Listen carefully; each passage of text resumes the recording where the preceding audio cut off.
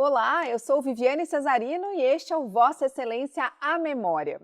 Vocês já foram a algum evento público em que tudo é super organizado? Os discursos das personalidades entram na mais perfeita ordem, o hino nacional toca na hora certa.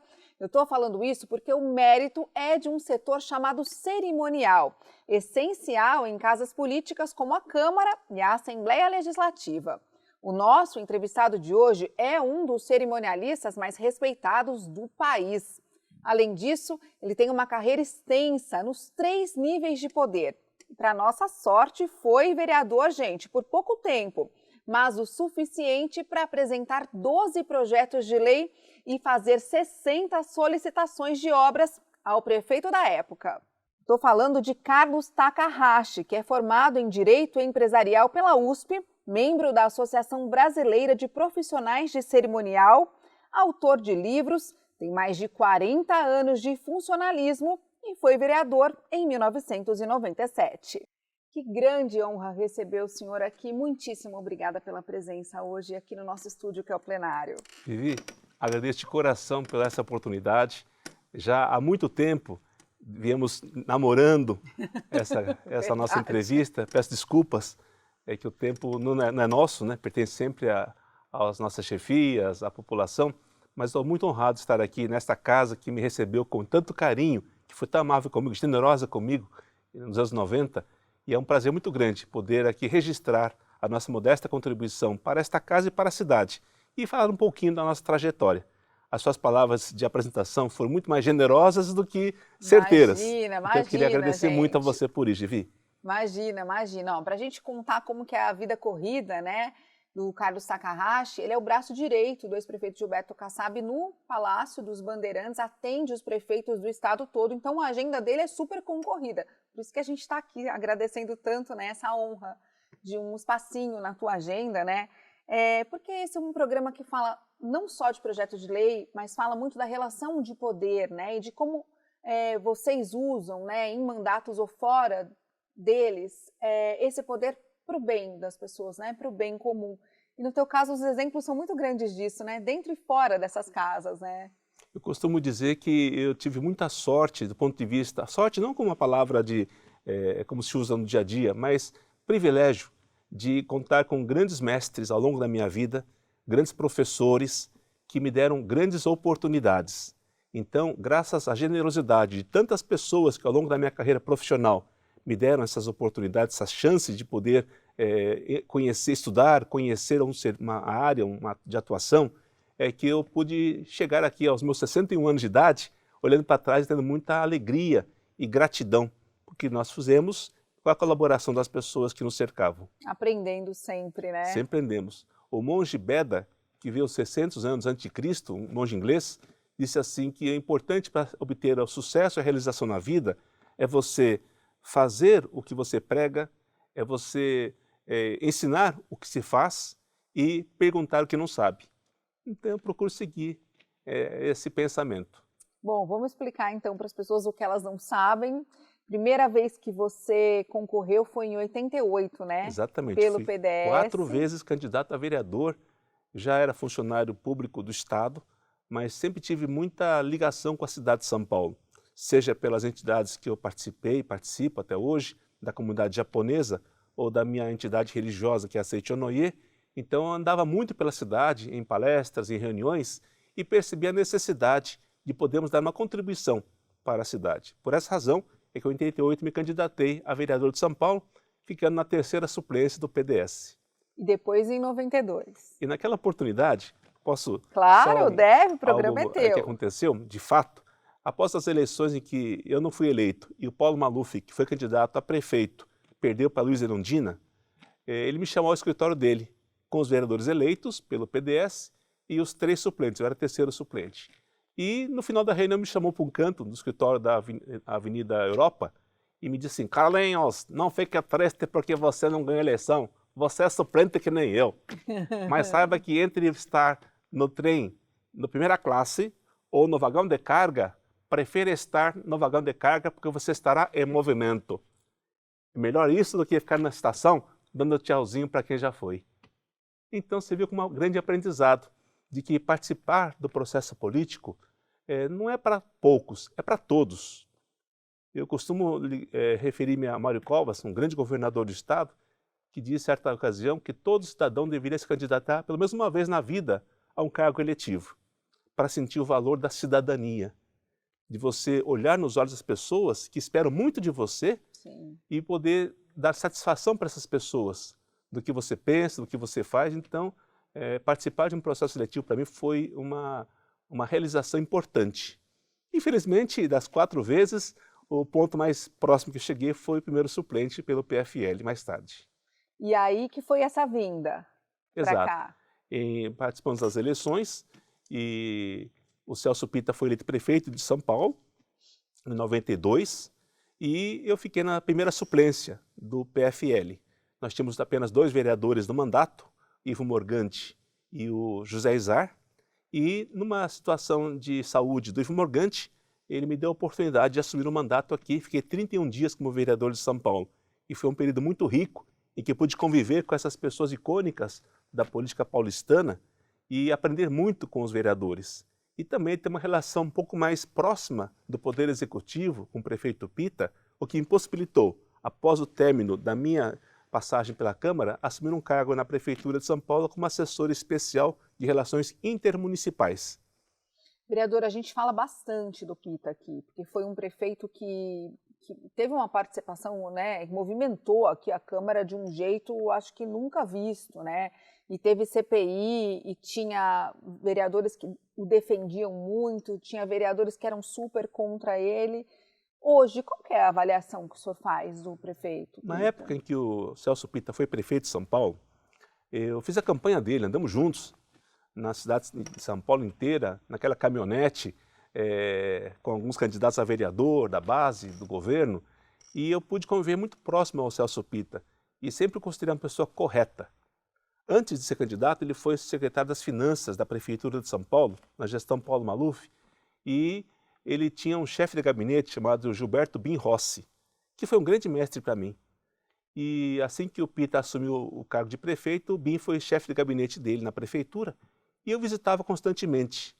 E o Gilberto Bin falava assim, o Pitta é um grande homem, pela postura, pela capacidade, só que não tem a vida política, não conhece muita política. Tinha um traquejo. Exato. Então ele ficava muito sujeito às orientações que vinham lateralmente, de alguns secretários ou partidos, enfim. E isso desestabilizou um pouquinho a gestão naquele momento. E fora o aspecto da vida pessoal dele, que também não foi fácil, né? A gente costuma olhar para trás e pensar, puxa, fulano foi um bom ou mau gestor. O Pitta, na minha opinião, ele procurou ser um bom gestor, mas ele se deixou levar pelas circunstâncias políticas no momento e, fragilizado pela vida pessoal, infelizmente não pôde fazer o melhor dos governos. E aqui, qual que foi a reação? Como é que foi participar das sessões? A gente já vai falar dos projetos de lei, gente, porque assim, foi um mês, mas foi um mês super intenso, né? Ele até trouxe aqui para a gente ver a carteirinha aqui da Câmara, ó. Deixa eu abrir aqui para o pessoal ver. Olha que bonitinha. Esse é uma preciosidade que eu guardo com muito carinho do período. O Nelo Rodolfo era o presidente da Câmara na época, né? E ao entregar a carteirinha de vereador, eu me senti muito honrado, emocionado até, e disse a ele assim que, da minha parte, conte nesses 31 dias com todo o meu amor, meu trabalho para melhorar a cidade. E assim procuramos executar as nossas tarefas no mandato, apresentando o projeto de lei. Dos 12 projetos apresentados, infelizmente, nenhum deles foi aprovado em plenário, por situações político-partidárias, né? Não era de praxe suplente aprovar projeto de lei aqui na casa, então tive que negociar para que um dos projetos, ainda que não aprovado pela Câmara, fosse executado pelo Poder Executivo, ainda na gestão Pitta, que foi a criação da Controladoria Municipal. Olha que interessante, eu já ia entrar nesse assunto. Esse projeto da Controladoria, sim senhora, Controladoria Municipal, ela me foi trazida pelo Sindicato dos Contabilistas de São Paulo, à época presidido pelo José Maria Jareta Camargo, presidente, e pelo Sérgio Prado de Mello, vice-presidente. eles me chamaram no sindicato, na Rua Formosa, aqui próximo, e me falaram, no Rio de Janeiro criaram uma contradoria que juntou a contadoria municipal com a parte de auditoria, num órgão subordinado somente ao prefeito, que pudesse colocar o raio-x em todas as contas municipais para que pudéssemos ter o controle da gestão financeira orçamentária do município. Eu falei, puxa, que bacana, vou apresentar isso na Câmara. E apresentei. E um projeto adaptado ao sistema paulistano e tramitou aqui na casa, mas não foi aprovado. Mas após a minha saída, levei ao prefeito Pita o sindicato contabilista, a sua diretoria, e entregamos a ele. E meses mais tarde foi tornado por decreto essa controladoria que ajuda muito a gestão municipal. Não, com certeza. E o cidadão, né? Exatamente. A poder ter mais segurança, né, no que é nessa gestão, né, das prefeituras. Eu vou chamar um rápido intervalo, então daqui a pouquinho a gente fala, eu quero falar bastante das suas experiências na prefeitura também, né, nesse outro lado e também agora no governo do estado, pode ser? Por favor, muito obrigado. Então daqui a pouquinho a gente volta com Vossa Excelência Memória, não sai daí, até mais.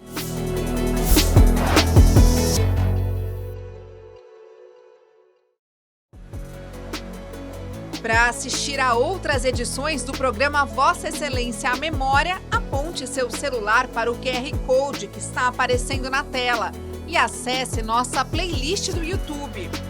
Rede Câmara São Paulo, sua conexão com a política da cidade.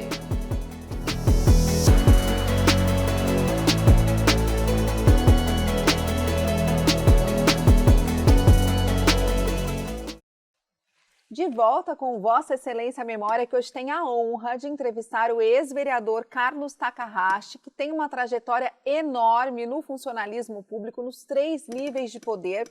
Estava contando aqui pra gente que ficou um mês aqui como vereador e fez muita coisa, e uma lei muito importante, que foi a criação da controladoria do município. Mas teve outros projetos de lei bacanas também, né, vereador? Verdade. Vou contar aqui.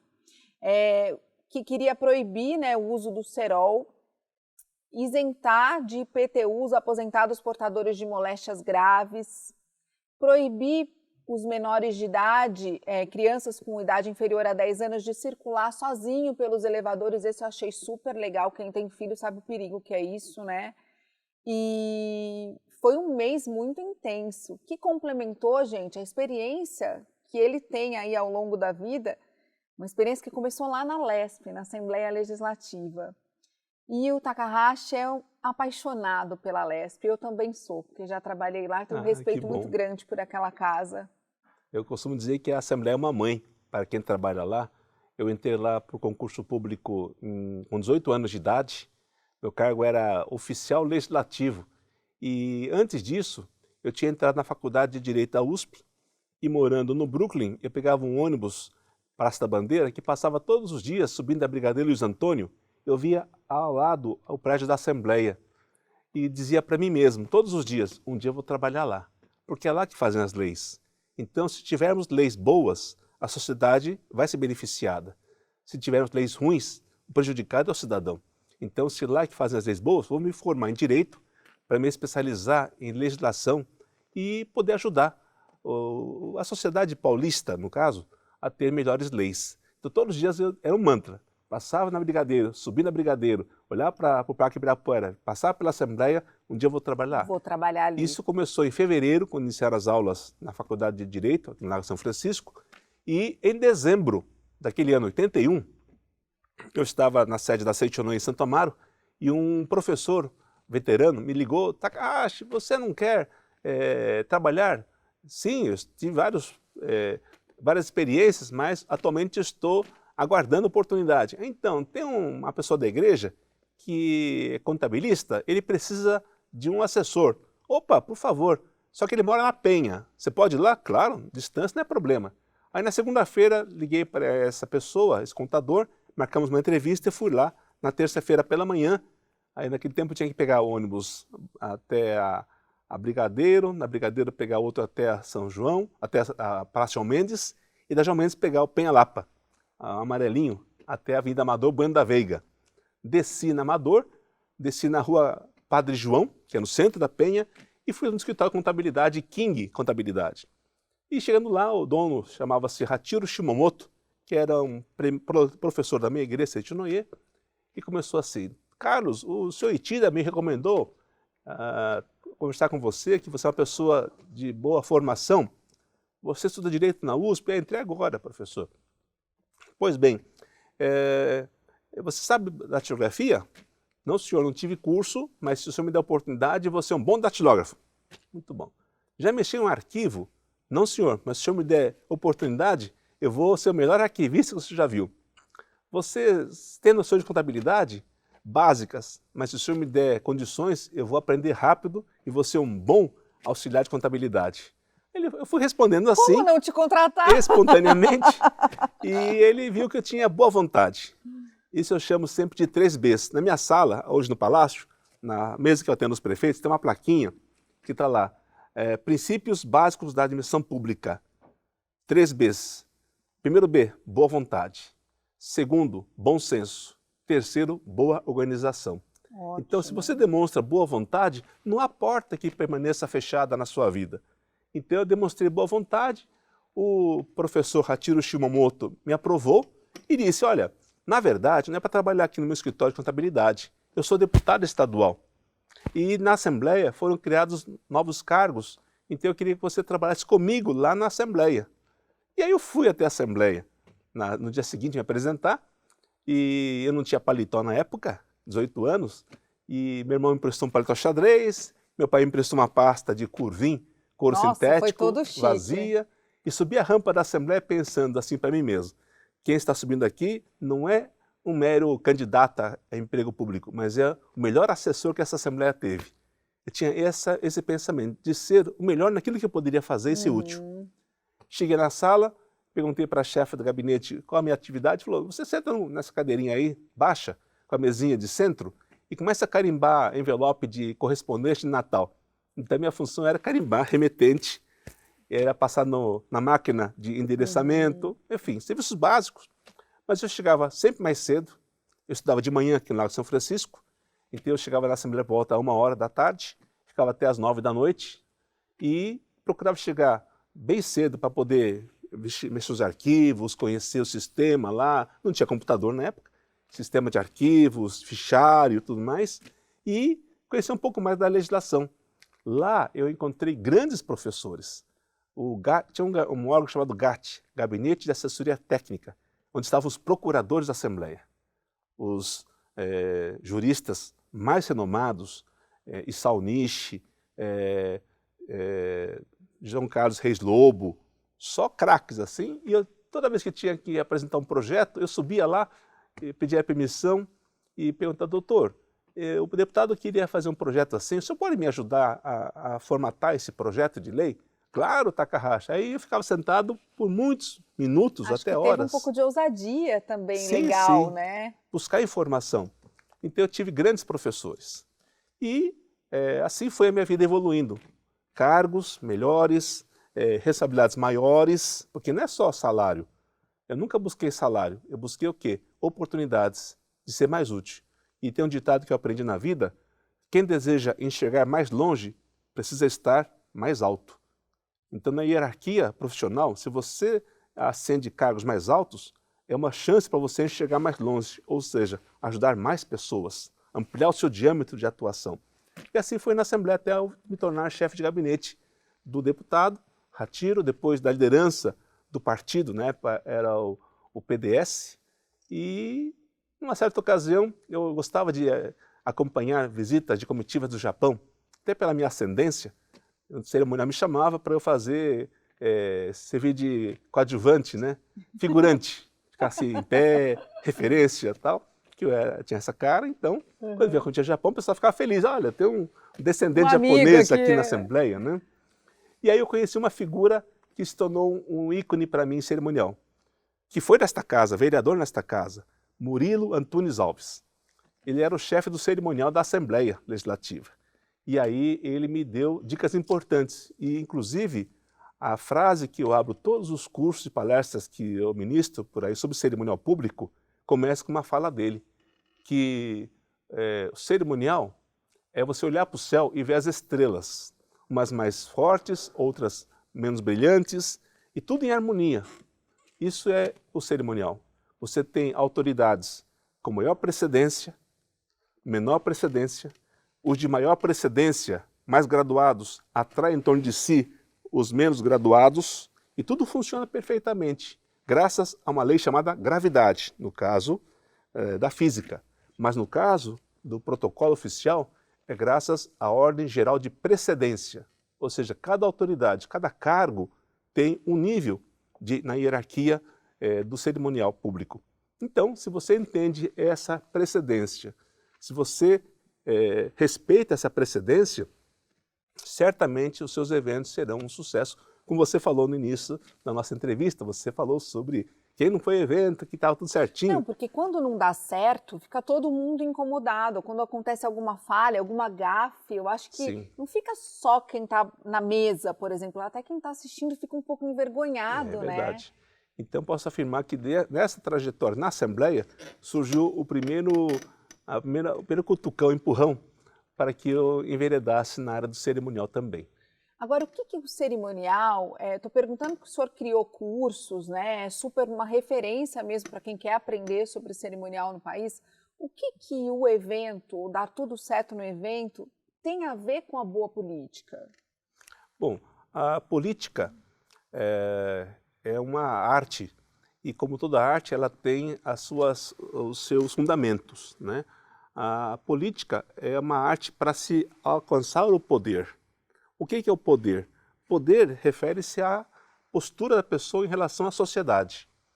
E o poder se sustenta em duas perninhas, uma chamada mitos, outra ritos. Então, quem são os mitos? São as autoridades constituídas que devem trabalhar pelo bem do povo. Tá? E os ritos são as normas do cerimonial, da hierarquia, que façam que os mitos sejam reconhecidos pela população e, dessa forma, a população tenha reverência aos seus líderes. Então, o poder se sustenta graças a essas duas perninhas, mitos e ritos. Quem falou isso não fui eu, foi Confúcio, que você encontra escritos deles sobre, na China, na assessoria que ele dava ao imperador na época, em que todas as atividades do imperador tinham que ser registradas e todos os atos tinham que ter substância, conteúdo, para que os seus vassalos pudessem observar e reproduzir isso nas terras mais longínquas, para que o povo pudesse ter respeito e reverência aos seus monarcas ou seus líderes. Então, a política nada mais é do que você trabalhar, como diz o Chavão, o bem comum.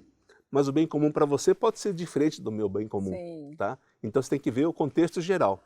E quem tem mais poder sobre o outro? Aquele que possui uma participação mais elevada na hierarquia. O governo federal, sobre os governos estaduais, o governo estadual, sobre os municipais e assim por diante.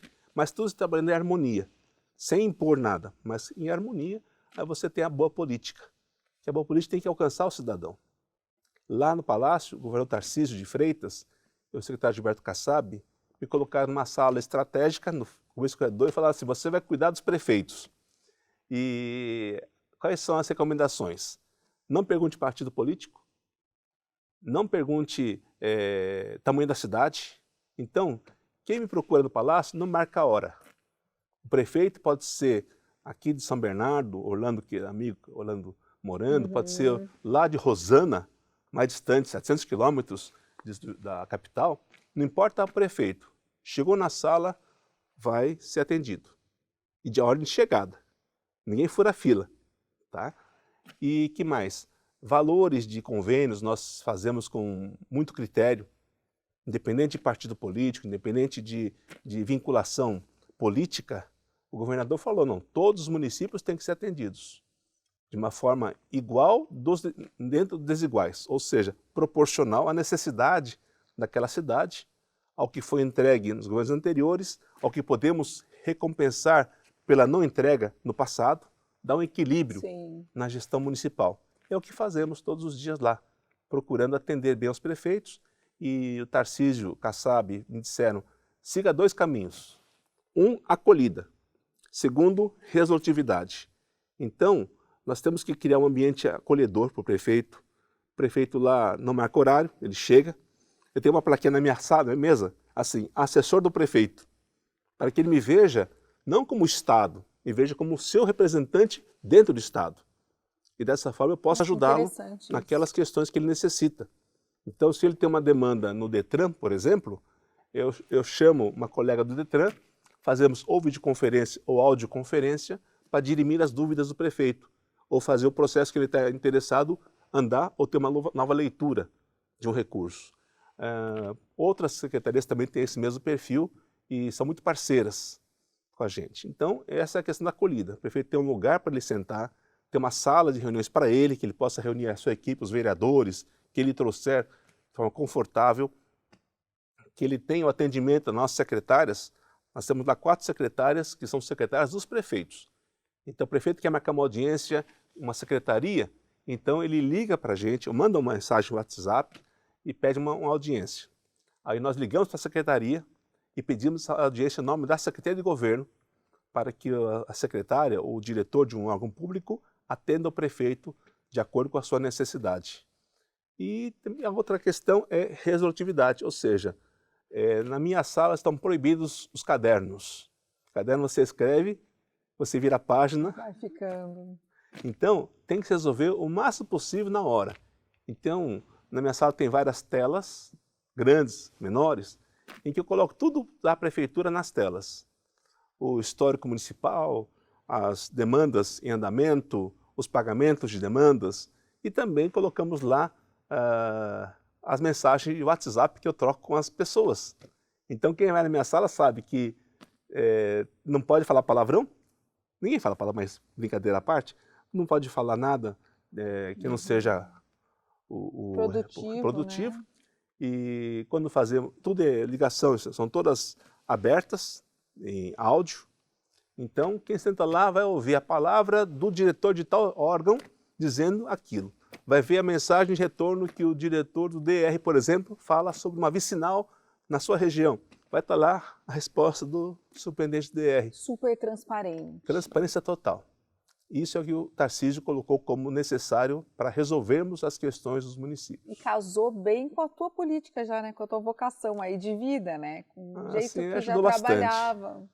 Eu costumo dizer que eu sou o resultado das experiências que eu vivi, do conhecimento que eu adquiri, mas, sobretudo, da confiança e da generosidade das pessoas a quem eu servi.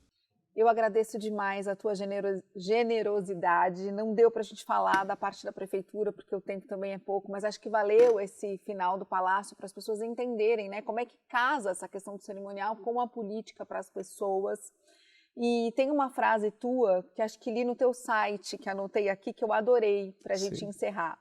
Tudo se faz com alegria na alma, que deve ser manifestada num belo sorriso. E é com um sorriso que eu te agradeço. Sei que a agenda é apertada, dificílima, são muitos prefeitos, gente, é concorrida a coisa ali. E foi ótimo ter contado a tua história aqui. Muito obrigada. Obrigado, Vivi, pela tua condução. Fico muito feliz em te encontrar mais uma vez aqui. E agradeço muito às pessoas que estão assistindo esse documentário, que é um privilégio poder estar aqui, representando vocês que nos assistem hoje. Muito obrigado a todos e que Deus abençoe a cada um com muitas oportunidades, saúde e, sobretudo, alegria. Isso mesmo, sempre um sorriso. Sempre. Obrigada. E é isso, Vossa Excelência Memória fica por aqui com um sorriso, agradecendo que você tenha ficado com a gente até agora. Muito obrigada por tudo, até a semana que vem. Tchau.